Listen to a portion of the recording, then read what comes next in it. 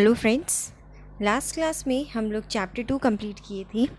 इस क्लास में हम लोग नेक्स्ट चैप्टर की ओर बढ़ने जा रहे हैं, जिसका नाम है बिजनेस इन्वायरमेंट। ये बीएसटी की चैप्टर थर्ड चैप्टर है। ठीक है, तो चलिए स्टार्ट करते हैं। बिजनेस इन्वायरमेंट, हम लोग इन्वायरमेंट के बारे में पढ़े कि इन्वायरमेंट क्या होता है। इन्वायरमेंट मतलब कि जो भी हमारे आसपास के वेदर कंडीशन है, जो भी हमारे लोग हैं, जो भी हमारे क्राउड है हमारे आसपास, उसे हम लोग इन्वायरमेंट बोलते हैं। बिजनेस इन्वायरमेंट का भी मतलब समहाउ यही है। बिजनेस इन्वायरमेंट मतलब कि बिजनेस से रिलेटेड जितने भी लोग उसमें इन्वॉल्व है और जितने भी वहाँ के टेक्नोलॉजीज़ इन्वायरमेंट, वहाँ के सिनेरियो इन्वॉल्व है, उसे बिजनेस इन्वायरमेंट बोलते हैं। Business environment means the sum total of all individuals, institutions, and other forces that are outside the control of business enterprises but that may affect its performance. क्या ये चीज़ मतलब business enterprise के जो outside जितने भी लोग हैं, जितने भी एरिया हैं जो हमारे बिजनेस को इम्पैक्ट करते हैं, बिजनेस में अफेक्ट लाते हैं, उसे बिजनेस इन्वायरमेंट बोलते हैं अपने। क्लियर? कौन कौन हो गए? इंडिविजुअल्स जो भी लोग बाहर कस्टमर्स है, सप्लायर है, हमारे इन्वेस्टर्स है, ये सब हमारे बिजनेस के आउटसाइडर्स है, बट वो हमारे बिजनेस इन्वायरमेंट में बहुत बड़ा इम्पैक्ट लाते हैं।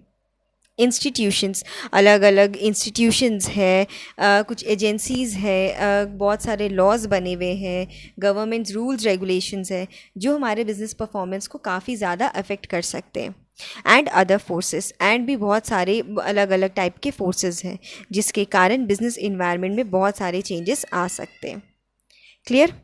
Economic, social, political, technological, and other forces which operates outside a business enterprise are parts of its environment. Economical भी बहुत सारा अपने बाहर होता है, पॉलिटिकल प्रेशर्स होते हैं, इन आपकी रुपीज़ के डिनोमिनेशंस होते हैं, एक्सपोर्ट इंपोर्ट का इम्पैक्ट होता है, तो इसके कारण भी बिजनेस इंटरप्राइजेस में बहुत इफ़ेक्ट पड़ता है। सोशल, आपका वहाँ लोगों के साथ हालचाल व्यवहार कैसा है, कस्टमर के साथ रिलेशन कैसा है, इन्वेस्टर्स के साथ रिलेशन कैसा है, पब्लिक के साथ रिलेशन कैसा है, इससे भी बिज़नेस के परफॉर्मेंस में काफ़ी ज़्यादा इम्पैक्ट पड़ता है। The third one is political मतलब पॉलिटिकल सिनेरियो आपकी कैसी है, आपके यहाँ दंगा फसाद कुछ ज़्यादा होता है, पॉलिटिकल इलेक्शन का टाइम है कि नहीं है, किस का राज्य है, क्या आपकी उस समय रूल्स चल रही हैं, तो इससे भी बहुत बड़ा इम्पैक्ट पड़ता है। टेक्नोलॉजिकल, ऑफ कोर्स दी सबसे ज़्यादा जो हमारे चेंजेस लाते हैं इन्वायरमेंट में वो है टेक्नोलॉजिकल। आज ये टेक्नोलॉजी आया है, कल दूसरी और हाईटेक टेक्नोलॉजीज़ आ जाएंगी।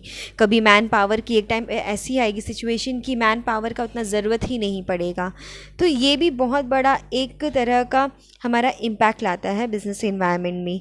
एंड बहुत सारे अलग अलग फोर्सेस हैं जो हम लोग इस चैप्टर में आगे कंटिन्यू करेंगे। ठीक है, तो बिज़नेस इन्वायरमेंट का हम लोग मतलब क्या समझे? बिज़नेस इन्वायरमेंट का मतलब ये होता है कि जो बिज़नेस के आउटसाइड में रहकर बिज़नेस को अफेक्ट कर सके, उसका परफॉर्मेंस को अफेक्ट कर सके, that is business environment. Clear? इसका क्या फीचर्स है? टोटलिटी ऑफ एक्सटर्नल फोर्सेस, मतलब ये डिपेंड करता है सारे एक्सटर्नल फोर्सेस, जितने भी आपके बिजनेस से आगे के और बाहर के फोर्सेस है वो बताता है। Business environment is the sum total of all things external of business firms and as such is aggressive in nature. aggressive in nature मतलब कि ये changes होते रहते हैं और कभी भी changes हो सकते हैं, तो business enterprises को उस changes के लिए हमेशा ready रहना चाहिए। The second one is specific and general forces. दो तरह के फोर्सेस जनरली पाए जाते हैं बिजनेस इन्वायरमेंट में। The first one is specific forces. Specific forces मतलब जो इन्वेस्टर्स की ओर से, कस्टमर्स की ओर से, एक पर्टिकुलर हेड की ओर से आपको बिजनेस में अफेक्ट आ रहा है। ठीक है, इंडिविजुअल एंटरप्राइजेस पे इफेक्ट आ रहा है। एंड जनरल फोर्सेस में सोशल फोर्सेस, पॉलिटिकल फोर्सेस, जो ग्रुप ऑफ पर्सन्स की ओर से जो हमारे फोर्सेस आ रहे हैं, जो हमारा बिजनेस को इफेक्ट कर सकते हैं। Clear? The third one is interrelatedness. Inter related is मतलब बहुत सारे एक दूसरे से इंटर रिलेटेड होते हैं, लिंक्ड होते हैं, ठीक है। अगर टेक्नोलॉजीज़ आपकी बढ़ रही हैं तो टेक्नोलॉजीज़ बढ़ने के कारण क्या होता है, हमें मैन पावर कम करना पड़ जाता है। मैन पावर कम करने के बदले फिर हम लोग का सोशल ऑब्जेक्टिव जो एक एम्प्लॉयमेंट लेवल बढ़ाने का होता है वो हम लोग नहीं पूरा कर सकते। तो ऐसे बहुत सारे एग्जांपल्स हैं जिसके कारण जो एक दूसरे से रिलेट रहते हैं एंड जो हाईली इफ़ेक्ट करते हैं अपने बिजनेस इन्वायरमेंट को। Clear? The fourth one is dynamic nature. Dynamic nature मतलब बहुत ही जल्द चेंजेस आने वाला नेचर।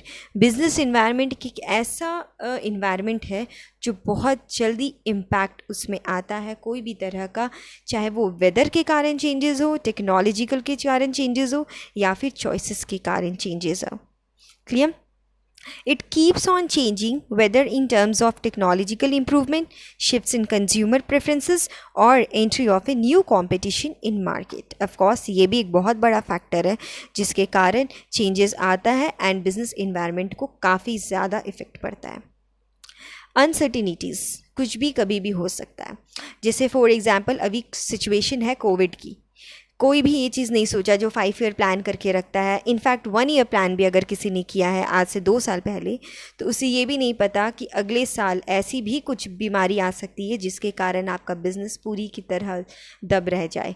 ये अनसर्टिनिटीज़ है, ये बिज़नेस में नहीं है, ये बिज़नेस के बाहर है, लेकिन ये अनप्रिडिक्टेबल है। इसे हम लोग प्रिडिक्ट नहीं कर सकते कि ऐसा भी कोविड का सिचुएशन आ सकता था जो हमारे बिज़नेस को इतना ज़्यादा हैम्पर कर सकता है। ठीक है। The sixth one is complexity. Environment is a complex phenomenon that is relatively easier to understand in parts but difficult in grasp in its totality. मतलब कि आप बहुत ज़्यादा इन्वायरमेंट कॉम्प्लेक्स है। अगर आप सोचोगे कि आप टेक्नोलॉजीज़ के साथ चलना चाहोगे तो आप सोशल ऑब्जेक्टिव्स, आप एम्प्लॉयमेंट के ऑब्जेक्टिव्स को जल्दी से पूरा नहीं कर सकते। अगर आप कस्टमर्स के पॉइंट ऑफ व्यू से जाओगे तो हो सकता है कि आपका बजट, आपका इंटरनल फोर्सेस आपका सपोर्ट ना करे। तो बहुत ज़्यादा ये चीज़ समझना कॉम्प्लेक्स है, लेकिन फिर भी हम लोगों को इसमें रेडी रहकर और साथ साथ चलते रहना चाहिए है, ताकि जो भी डिफरेंट डाइवर्स एरिया है हमारे बिज़नेस के बाहर, वो हम लोग उसको देखकर अपने बिज़नेस को सही तरीक़ा से चला सकें। क्लियर? ये है हमारे बिज़नेस इन्वायरमेंट के अलग अलग फीचर्स। अब बिज़नेस इन्वायरमेंट को समझना क्यों ज़रूरी है, वाई इट इज़ इम्पॉर्टेंट। ठीक है। The first one is it enables the firm to identify opportunities and getting the first mover advantage. ये एक बहुत बड़ा एडवांटेज के रूप में भी काम आ सकता है। अब कैसे? अब आपको पता है अभी कोविड की सिचुएशन में बहुत ज़्यादा अचानक से मास्क की डिमांड बढ़ गई है, राइट? अचानक से मेडिसिन्स की डिमांड कुछ ज़्यादा ही बढ़ गई है। ठीक है। मास्क की डिमांड बढ़ी तो इससे गारमेंट्स की डिमांड भी बहुत ज़्यादा बढ़ गई है। तो बिज़नेस इन्वायरमेंट ये भी बताता है कि आपको क्या चीज़ अपॉर्चुनिटी ग्रास्प करना चाहिए। अचानक से जो मास्क बेच रहे हैं उनकी सेल में हाइक आता है। ठीक है। तो अब इस अपॉर्चुनिटीज़ को आप कैसे अपॉर्चुनिटी बना सकते हैं वो डिपेंड करता है कि उस समय उस पीरियड में क्या चीज़ की ज़्यादा डिमांड है। Clear? The second one is it helps the firm to identify threats and early warning signals. अब बिज़नेस इन्वायरमेंट ये भी हेल्प करता है कि आप देखें, आप समझें कि आने वाला समय पे क्या चीज़ की ज़्यादा मायने है और क्या चीज़ की मायने अब नहीं है या फिर कम है। थ्रेट्स आपको बताता है कि किस में आपको अब ज़्यादा लगाना चाहिए है और किस में नहीं लगाना चाहिए। क्लियर?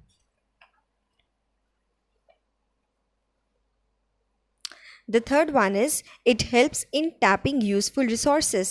आप अपनी यूज़फुल रिसोर्सेज को अच्छे से यूज़ करने के लिए भी बिज़नेस इन्वायरमेंट काफ़ी ज़्यादा हेल्प करता है आपको। ये आपको बताता है कि बाहर का इन्वायरमेंट आपसे क्या चाहता है एंड बिज़नेस को क्या करना चाहिए।